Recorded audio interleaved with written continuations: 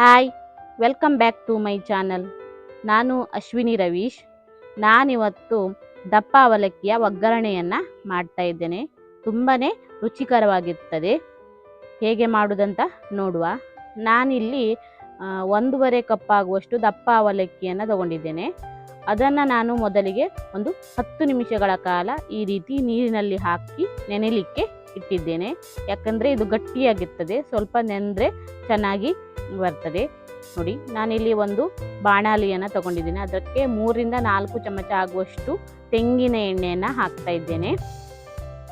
ಎಣ್ಣೆ ಬಿಸಿಯಾದ ನಂತರ ನಾನಿಲ್ಲಿ ಸ್ವಲ್ಪ ಶೇಂಗವನ್ನು ಹಾಕ್ಕೊಂಡು ಒಂದು 2 ನಿಮಿಷಗಳ ಕಾಲ ಇದನ್ನು ಚೆನ್ನಾಗಿ ಹುರಿದುಕೊಳ್ತಾ ಇದ್ದೇನೆ.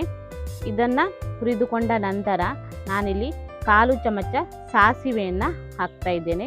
ಸಾಸಿವೆ ಸಿಡಿದ ನಂತರ ನಾನಿಲ್ಲಿ 2 ಒಣಮೆಣಸು, ಹಾಗೆ ಸ್ವಲ್ಪ ಉದ್ದಿನಬೇಳೆ, ಹಾಗೆ ಒಂದು ದೊಡ್ಡ ಗಾತ್ರದ ಈರುಳ್ಳಿಯನ್ನು ಕಟ್ ಮಾಡಿ ಚೆನ್ನಾಗಿ ಫ್ರೈ ಮಾಡ್ಕೊಳ್ತಾ ಇದ್ದೇನೆ.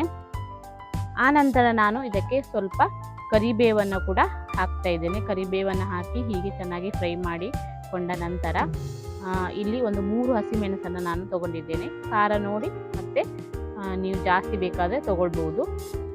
ಇದನ್ನು ಫ್ರೈ ಮಾಡಿದ ನಂತರ ನಾನಿಲ್ಲಿ ಒಂದು ಮೀಡಿಯಮ್ ಗಾತ್ರದ ಟೊಮೆಟೊವನ್ನು ಕೂಡ ಕಟ್ ಮಾಡಿ ಇದಕ್ಕೆ ಸೇರಿಸಿ ಚೆನ್ನಾಗಿ ಮಿಕ್ಸ್ ಮಾಡ್ತಾ ಇದ್ದೇನೆ. ನಂತರ ಒಂದು ಅರ್ಧ ಚಮಚ ಆಗುವಷ್ಟು ಉಪ್ಪನ್ನು ಕೂಡ ಇದಕ್ಕೆ ಹಾಕ್ತಾ ಇದ್ದೇನೆ. ಹಾಕಿ ಚೆನ್ನಾಗಿ ಮಿಕ್ಸ್ ಮಾಡ್ತಾ ಇದ್ದೇನೆ. ಚೆನ್ನಾಗಿ ಮಿಕ್ಸ್ ಮಾಡಿದ ನಂತರ ಇದಕ್ಕೆ ಒಂದು ಚಿಟಿಕೆ ಆಗುವಷ್ಟು ಅರಶಿನವನ್ನು ಕೂಡ ಸೇರಿಸ್ತಾ ಇದ್ದೇನೆ. ಸೇರಿಸಿದ ನಂತರ ನಾವು ಚೆನ್ನಾಗಿ ಮಿಕ್ಸ್ ಮಾಡಬೇಕು.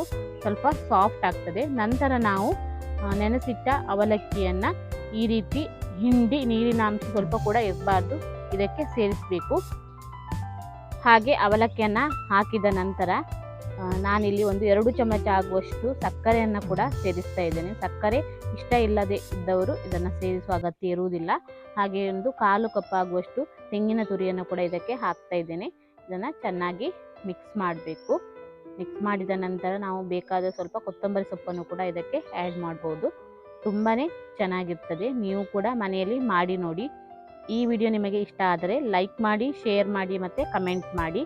ನನ್ನ ಎಲ್ಲ ವಿಡಿಯೋಗಳು ನಿಮಗೆ ಸಿಗಬೇಕಾದರೆ ನನ್ನ ಯೂಟ್ಯೂಬ್ ಚಾನಲನ್ನು ಸಬ್ಸ್ಕ್ರೈಬ್ ಮಾಡಿ ನನಗೆ ಸಪೋರ್ಟ್ ಮಾಡಿ. Keep watching. Thank you. Bye.